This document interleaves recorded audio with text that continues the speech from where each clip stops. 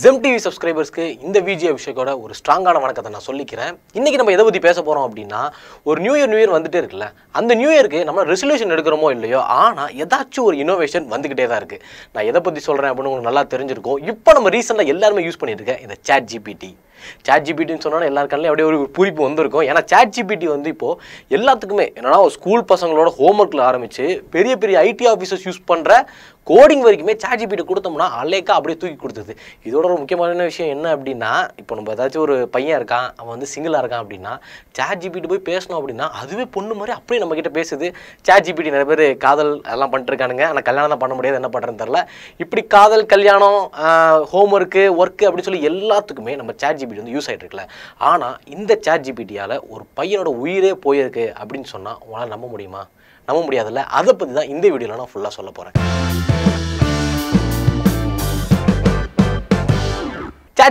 ChatGPT வந்து ஒரு AI process. இது வந்து எல்லா வேலையுமே கொஞ்சம் ஈஸியாக பண்ணி கொடுத்துரும் அப்படின்னு சொல்கிறாங்க.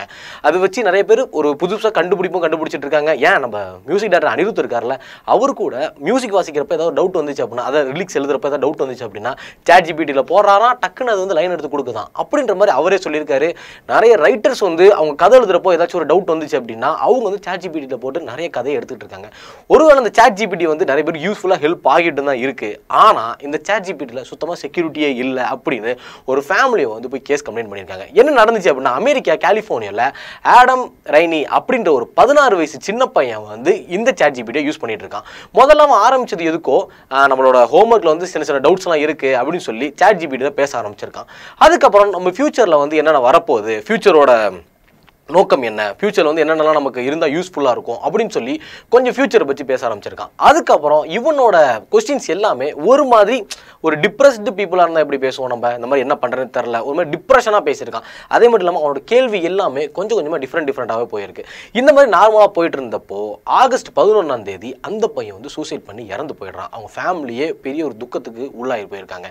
இப்போ எதனால் அவன் இறந்தான் அப்படின்ற ஒரு இன்வெஸ்டிகேஷன் ஸ்டார்ட் பண்ணப்போ அவங்க ஃபேமிலிகிட்ட வந்த பதில் என்ன அப்படின்னா, என் பையனை கொண்டது வந்து ChatGPT தான் அப்படின்னு சொல்லியிருக்காங்க.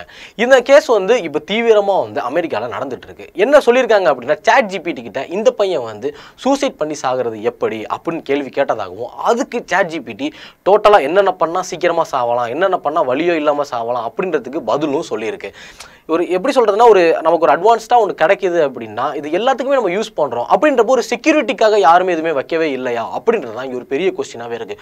ஒருவேளை இந்த ChatGPTயில் வந்து ஒரு பெருசாக செக்யூரிட்டி நல்லா வச்சுருந்தாங்க, எப்படி சொல்கிறதுனா, இப்போ ஏதாச்சும் ஒரு ப்ராப்ளம் வர மாதிரி ஒரு இஷ்யூ கிரியேட் பண்ணுற மாதிரி ஒரு கொஸ்டின் ஒன்று நம்ம ரைஸ் பண்ணுறோம் அப்படின்னா உடனே அதை வந்து நம்ம பக்கத்தில் இருக்கிற போலீஸ் ஸ்டேஷன்லையோ இல்லை ஏதாவது சம்திங் ஏதோ சைபர்லையோ சொல்கிற மாதிரி இவங்க டிசைன் பண்ணலாம். இந்த மாதிரி ஒரு பையன் வந்து இன்னொன்று என்ன சொல்லியிருக்காங்க அப்படின்னா, இந்த பையனை வந்து சூசைட் பண்ணி தூண்டினதே ChatGPT தான், ChatGPTயோட பேச்சை கேட்டதுனால தான் என் பையன் சூசைட் பண்ணி இறந்து போயிருக்காங்க அப்படின்னு அந்த பேரண்ட்ஸ் சொல்லியிருக்காங்க. என்னன்னா, ஒரு அட்வான்ஸ்டாக நமக்கு ஒன்று கிடைக்கிறப்போ இதுக்கெல்லாம் இது வந்து யூஸ் ஆகுதா, ஒரு செக்யூரிட்டியே இல்லாமல் இந்த ஆப் இருக்கா? ஏன்னா கிட்டத்தட்ட எல்லாத்துக்குமே இந்த ChatGPT யூஸ் ஆகிட்டு இருக்குன்னு சொல்லலை. இப்போ வந்து ரீசெண்டாக ரிலீஸ் ஆகிற தமிழ் சினிமா கூட இருக்கட்டும், இப்போ தனுஷ் நடிச்ச அம்பிகாவதி படம் வந்து கிளைமேக்ஸை வந்து AI வச்சு சேஞ்ச் பண்ணிட்டாங்க. ஒரு கம்ப்ளீட்டாகி ஒரு சூப்பர் ஹிட்டாக ஓடின படத்தை கிளைமேக்ஸே AI வச்சு சேஞ்ச் பண்ண முடியுது. இப்போ நம்ம ரீசெண்ட் டைமில் இன்ஸ்டாகிராமில் பார்த்தோம் அப்படின்னா எல்லாமே AI ஆயிடுச்சு. இப்போ ஒரு சினிமாவில் நீங்கள் நடிக்க போகிறீங்க அப்படின்னா ஃபியூச்சரில் வந்து நீங்கள் நடிக்க போகிறீங்களா இல்லையான்றது ஒரு பெரிய சந்தேகமாக இருக்கும்ல.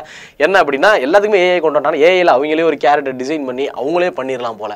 இப்போ தமிழ் சினிமா எல்லாமே இந்த மாதிரி தான் இருக்குது. ஆனால் இந்த ChatGPTயால் ஒரு உயிரே போயிருக்கு அப்படின்னா இது வந்து நம்ம வருத்தப்படணும் அப்படின்னு தான் சொல்லணும். இதுக்காக அந்த ஃபேமிலி போய் கம்ப்ளைண்ட் ரைஸ் பண்ணியிருக்காங்க. அந்த கம்ப்ளைண்ட் ரைஸ் பண்ணப்போ என் பையனோட உயிரே போயிருக்கு, இதுக்கான நஷ்ட ஈடும் அப்படின்னு சொல்லி நம்ம ChatGPT மூலம் ஒரு கேஸ் ஒன்று ஃபைல் பண்ணியிருக்காங்க. அதுக்கு ChatGPT இந்த பையன் இறந்ததுக்கு வந்து நாங்கள் ரொம்ப வருத்தம் தெரிவிச்சுக்கிறோம், அது மட்டும் இல்லாமல் இதுவுமே வரக்கூடிய அப்டேட்ஸில் வந்து செக்யூரிட்டி சிஸ்டமை வந்து நாங்கள் இன்னுமே அமல்படுத்தலான் இருக்கோம், அதாவது இன்னுமே அதிகப்படுத்தலான் இருக்கோம் அப்படின்னு ஒரு ப்ராமிஸ் பண்ணி கொடுத்துருக்காங்க. என்னதான் இருந்தாலும் ஒரு ChatGPT வந்து நம்ம எதுக்கெல்லாம் யூஸ் பண்ணணுன்ற விவஸ்தையே எல்லாம் போயிடலாம். ஏன்னா ஒரு ஃபன்னியாக நம்ம பண்ணுறோம், ஒரு பொண்ணு கூட பேசாமல் ChatGPT பேசுகிறோம், அந்த மாதிரி ஒரு ஃபன்னாக பண்ணுறோம் அப்படின்னாலும் பரவாயில்ல. ஆனால் எப்படி சாகிறது அப்படின்றது வந்து நம்ம கேட்குறோம் அப்படின்னா அதுக்கு ChatGPT ரிப்ளை பண்ணுது. நம்ம ஆக்சுவலி கூகுளில் நம்ம பண்ணால் கூட அதுக்கான ஒரு பதில் வராது. இந்த மாதிரி இப்போ எக்ஸாம்பிளுக்கு சொல்கிறேன், நீ வந்து ஒரு பாம் ரெடி பண்ண ட்ரை பண்ணுறீங்க, அதை நீங்கள் வந்து அப்படின்னு போட்டிங்கன்னா கூட அது வந்து போலீஸ்க்கு இன்ஃபர்மேஷனாக போகும் அப்படின்னு சொல்லியிருக்காங்க. இது ஏன் சாட் ஜிபிடி ஏன் அந்த இது இல்லை? ஏன்னா கூகுள் எல்லாமே ஒரு பூமர் ஆயிடுச்சு, கூகுள்லாம் அவ்வளோதான் அப்படின்னு சொல்லி கூகுள் நம்ம ஒதுக்கி வச்சிட்டோம். டோட்டலாக கூகுள் சைடு யாருமே போகிறதே கிடையாதுன்னு வச்சுக்கோங்களேன். இப்போ எல்லாருமே சாட் ஜிபிடி ஏஐன்னு சொல்லி இந்த அளவுக்கு போயிட்டோம். இந்தியா ஓகே, இந்தியான்னு இல்லை, உலகமே வந்து முன்னேறிட்டு வருது. உலக முன்னேற்றத்தில் வந்து இப்போ கூகுள்லாம் தள்ளி வச்சிட்டோம், இப்போதைக்கு சாட் ஜிபிடி தான் அப்படின்னு சொல்லி எல்லாருமே அடுத்த ஸ்டெப்புக்கு போக ஆரம்பிச்சிட்டோம். ஆனால் அடுத்த ஸ்டெப் போகிற இடம் வந்து நமக்கு சேஃப்டியாக இருந்தால் தான் நம்மளோட லைஃப்மே நல்லாயிருக்கும். இப்படி ஒரு டேஞ்சரான பிளேஸில் நம்ம இருக்கும். இப்போ கூகுளை கம்பேர் பண்ணுற சாட் ஜிபிடி வந்து என்னைய பொறுத்தவரையும் கம்மியாக தான் தெரியுது இல்லையா? ஏன்னா இதில் ஒரு செக்யூரிட்டி இருக்கிற செக்யூரிட்டி இதில் சுத்தமாக இல்லை அப்படின்னு தான் சொல்லணும். இதுக்காக ஒரு பையன் உயிரை போயிருக்கு. இது மட்டும் இல்லாமல் ஏகப்பட்ட இஷ்யூஸ் இதில் நடந்துக்கிட்டு தான் இருக்குது. ஒரு சில விஷயம் மட்டும் தான் வெளில வருது, இன்னும்ப்பா இது வெளில வரவே மாட்டுது. ஆனால் இப்போது நம்மளால் என்ன சொல்ல முடியும்? இப்போது அந்த பையனோட அப்பா அம்மா மேத்யூ, அதுக்கப்புறம் மேரி ரைனி, இவங்க 2 பேரும் இப்போ நான் தன்னோட குழந்தையை இழந்து, அதாவது ஒரு பையனை இழந்து இப்போ ஒரு கேஸ் நடத்திட்டு இருக்காங்க. இதுக்கான ஸ்டெப்பு வந்து சாட் ஜிபிடி ஏஐ வந்து, அதாவது ஓப்பன் ஏஐ அவங்க வந்து இது சேஞ்ச் பண்ணுறோம், நிறைய செக்யூரிட்டிஸ் மாற்றுறோம் அப்படின்னு தான் சொல்லியிருக்காங்க. ஸோ என்ன நடக்குது அப்படின்றத பார்க்கலாம். இந்த மாதிரி இன்ட்ரெஸ்டிங்கான நியூஸ்லாம் நீங்கள் தெரிஞ்சுக்கணும் அப்படின்னா மறக்காமல் நம்ம ஜெம் டிவியை சப்ஸ்கிரைப் பண்ணுங்கள்.